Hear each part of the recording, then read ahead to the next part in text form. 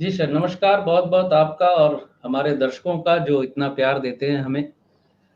देखिए मैं शायद पहले बोल चुका हूँ कि पार्टी में दो-फाड़ होने की स्थिति लोकसभा चुनावों के पहले ही आ जाने की बात मैंने की थी। लेकिन फिर मैंने कहा ना कि मेरा हर फलादेश 2 महीने एक्सटेंड होके पूरा हो रहा है। मतलब थोड़ा आगे चला जा रहा है और वो बात हो रही है। जैसे मोदी जी, योगी जी का टकराव, अब संघ और मोदी जी का टकराव। अब देखिए, मैं बड़ा स्पष्ट 2 बातें कहना चाहता हूँ। सूर्य होता है राजा का प्रतीक, सूर्य होता है सत्ता का प्रतीक। उगता हुआ सूर्य हमें ये बताता है कि रात हमेशा रहती नहीं और डूबता हुआ सूर्य हमें ये बताता है कि किसी का भी राज हमेशा रहता नहीं। हम्म।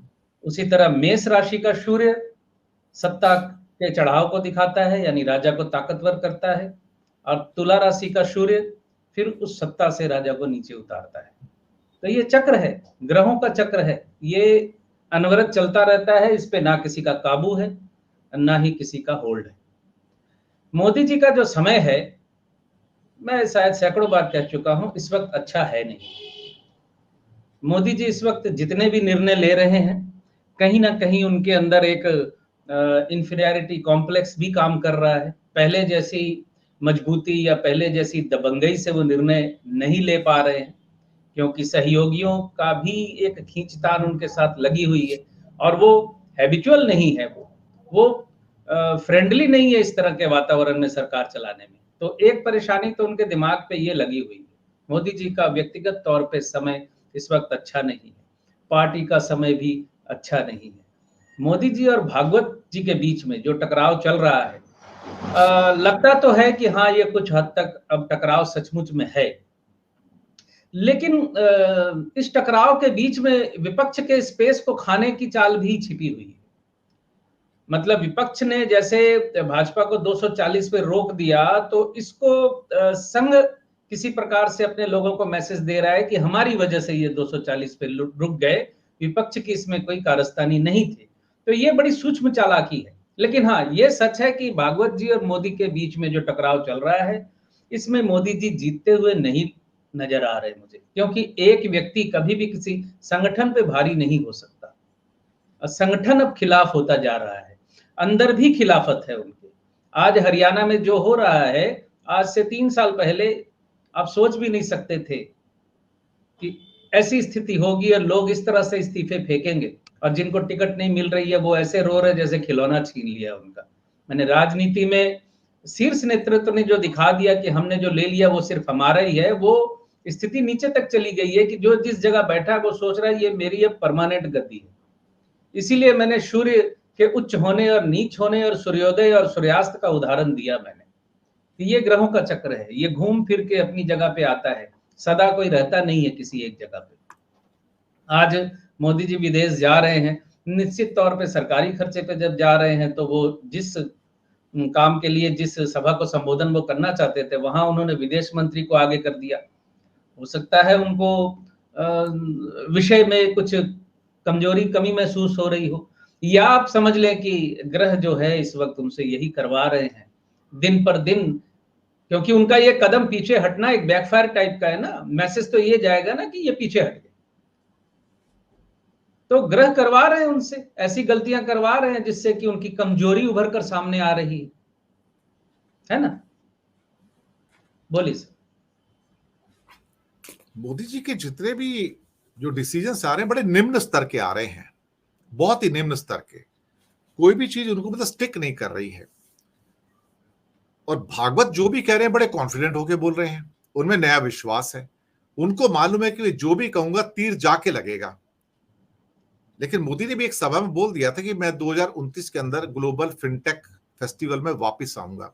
तो शायद वो चुनौती थी पलाकाड़ की मीटिंग से पहले कि भाई मुझे हिलाने की कोशिश मत करना, वरना मैं तुमको ना जाने क्या कर दूंगा। लेकिन भागवत कमजोर होते हुए नहीं नजर आ रहे। मुझे मुझे मुझे ऐसा लगता है कि भागवत कमजोर नहीं हो रहे हैं। तो क्या आरएसएस की जो कुंडली है 100 साल पहले की 1925 की कुंडली है, क्या उसके अंदर कोई ऐसी परेशानियां नजर आती हैं आपको कि जहां पर आरएसएस के लिए जो 100वां वर्ष है ये परेशानियों वाला है, उसके सामने वो परेशानी है उसकी अपनी पार्टी से, अपने व्यक्ति से, जिसको उसने पैदा किया है वही पैदा कर रहा है उसके लिए। सर अजीब सी कहानी है ना, ये परेशानियां बाहर वाला नहीं पैदा कर रहा है, उनकी अपनी बोतल से निकला हुआ जिन उनके लिए परेशानी पैदा कर रहा है दरअसल देखा जाए तो। सिद्धांत जी, संघ की कुंडली का आकलन तो एक्चुअली मैंने किया नहीं, क्योंकि संघ की कुंडली का अलग से आकलन जरूरत पड़ी नहीं मुझे। अब लग रहा है कि जरूरत आ गई है, तो संघ की कुंडली पे हम एक बार विस्तृत चर्चा करेंगे, जो दर्शक सुनना चाहते हैं उनके लिए। कुंडली तो बताएगी ना अभी कैसे दशा है उसकी। बीजेपी की कुंडली की स्थिति 2026 तक अच्छी है नहीं, और संघ की स्थिति ऐसी हो गई है कि अब मैं क्या कहूं, ये थोड़ा सा कड़ा शब्द हो जाएगा कि संघ भी इररिलेवेंट होता चला जा रहा है धीरे धीरे पिछले 5 सालों से। संघ के बड़े बड़े पदाधिकारियों को पीएमओ में एंट्री नहीं थी, वो साहिब से नहीं मिल सकते थे, बीच में कोई और था, अमित शाह जी थे या कोई और था, ये स्थिति पैदा कर दी उन्होंने। संघ के अंदर एक निराशा पैदा हो गई, और संघ ने योगी जी को सामने रखकर जो राजनीति खेली वो अभी तक चल रही है और सबके सामने है। लेकिन इस सारी लड़ाई में आपके बिना पूछे हुए मैं आपको बता रहा हूं, योगी जी कमजोर हो चुके हैं। ओके, योगी जी कमजोर हो चुके हैं। योगी जी कैसे कमजोर हो चुके हैं? योगी जी की अपनी जो हिंदू वाहिनी है वो खत्म हो गई। उनका अपना एक संगठन था। योगी जी संघ के व्यक्ति नहीं, योगी जी संघ के इतर संघ के साथ टकराव लेके ही वो एमपी बनते रहे हैं बीजेपी से टिकट लेकर। और योगी जी की जो व्यक्तिगत शक्ति थी संगठन की, वो अब शून्य है। सिर्फ एक गद्दी और एक मठ के संत होने के नाते वो पूरे भारतवर्ष को कितना एड्रेस कर पाएंगे? वो जैसे बहुत लोग इस इंतजार में है कि योगी जी प्रधानमंत्री बन जाएंगे, तो Yogi ji out of question है एक्चुअली पीएम बनने के मामले में। ये बिल्कुल स्पष्ट बात मैं आपको बता रहा हूं। 2029 तक उनका खुद का समय अच्छा नहीं। मैंने 1.5 साल पहले कहा था कि योगी जी का टाइम 2025 तक बहुत खराब है, अब 25 अभी बाकी है। और आप देखते ही हैं रोज ही ऐसी खबरें आते हैं कि आज उनकी गद्दी चली जाएगी, कल चली जाएगी। हालांकि मामला मैनेज हो रहा है। क्यों? कारण यह है कि उनको हिंदू आइकॉन बना दिया गया, और ये संघ ये रिस्क नहीं लेना चाह रहा कि एक हिंदू आइकॉन को, एक भगवा पहने हुए एक इतने बड़े लीडर को हम गद्दी से उतार दें। इस वजह से वो टिके हुए।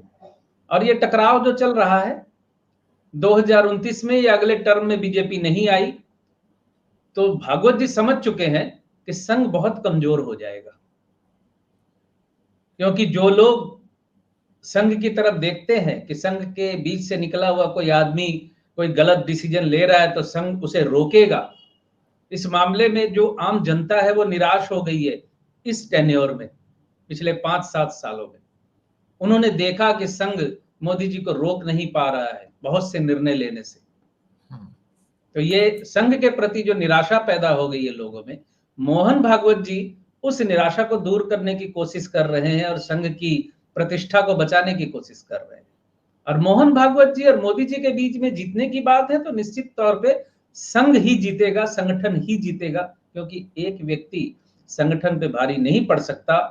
दूसरा कारण यह भी है कि मोदी जी इस वक्त बहुमत में नहीं, और इस बात की कोई आशा नहीं है कि अब कभी फिर 400 सीटें वो लेके फिर प्राइम मिनिस्टर बन जाएंगे। ये भी अब कैनवस से बाहर है ये चीज, अब वो समय नहीं आने वाला।